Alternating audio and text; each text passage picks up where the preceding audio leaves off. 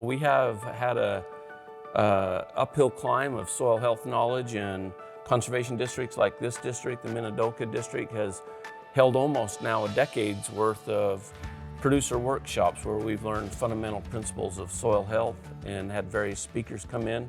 And now, a decade later, we're really starting to see a lot of producers throughout Idaho implement the principles of soil health. And here's a couple guys that we want to highlight today. Oh, that sounds good. Well, tell us about your journeys, because this sounds like a journey.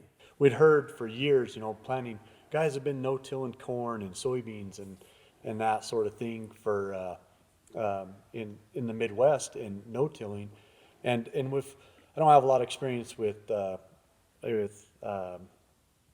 soybeans, but I do with corn, and it's much more forgiving if you go into a high residue situation and you don't quite get your depth right and your planter's going up and down, and you basically, if you can get that corn planted under the ground, you're going to have a crop there. Maybe it's not what it could have been, but sugar beets are not nearly the same animal. The seed depth is so critical. Yeah. It can't be too deep. It can't be too shallow.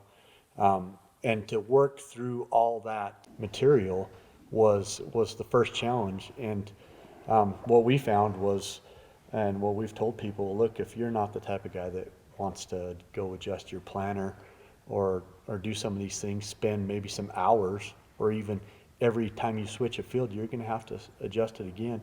It's probably not for you. I think kind of the place we found ourselves, 10, years ago was we'd see, some things in trade magazines. We'd go to a conference and hear, and a lot of it was non-irrigated ag. And a lot of it wasn't happening with some of the core crops we were raising in this area. And so then we started a lot of, communication with everybody, trying to figure out how do we take some of these basic principles and implement it in our crop rotations, in our systems, with growers, trying to make them realize, there's, are steps I can take, and I don't have to change my whole cropping system or my whole approach. I can take some of these principles and start to bring them into my program.